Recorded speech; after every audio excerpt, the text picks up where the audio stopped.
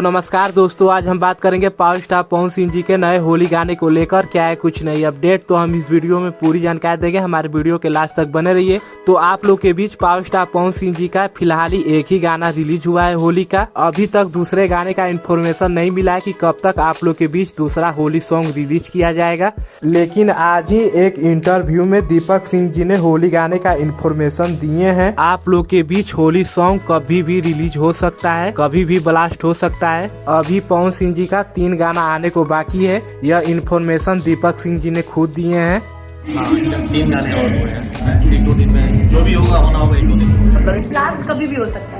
तो देखिए आप लोग के बीच पावर स्टार पवन सिंह जी का दूसरा होली सॉन्ग कब ब्लास्ट होता है। तो देखिए कब आप लोग को पवन सिंह जी का दूसरा होली सॉन्ग सुनने को मिलेगा। होली आने में 3 दिन बाकी है और गाना भी 3 आने को बाकी है। तो आप लोग के बीच पवन सिंह जी का होली सॉन्ग कभी भी ब्लास्ट हो सकता है। तो जब भी पवन सिंह जी का होली सॉन्ग आउट होगा तो आप लोग को लगातार पवन सिंह जी का होली सॉन्ग सुनने को मिलेगा, क्योंकि होली आने में कुछ ही दिन बाकी हैं।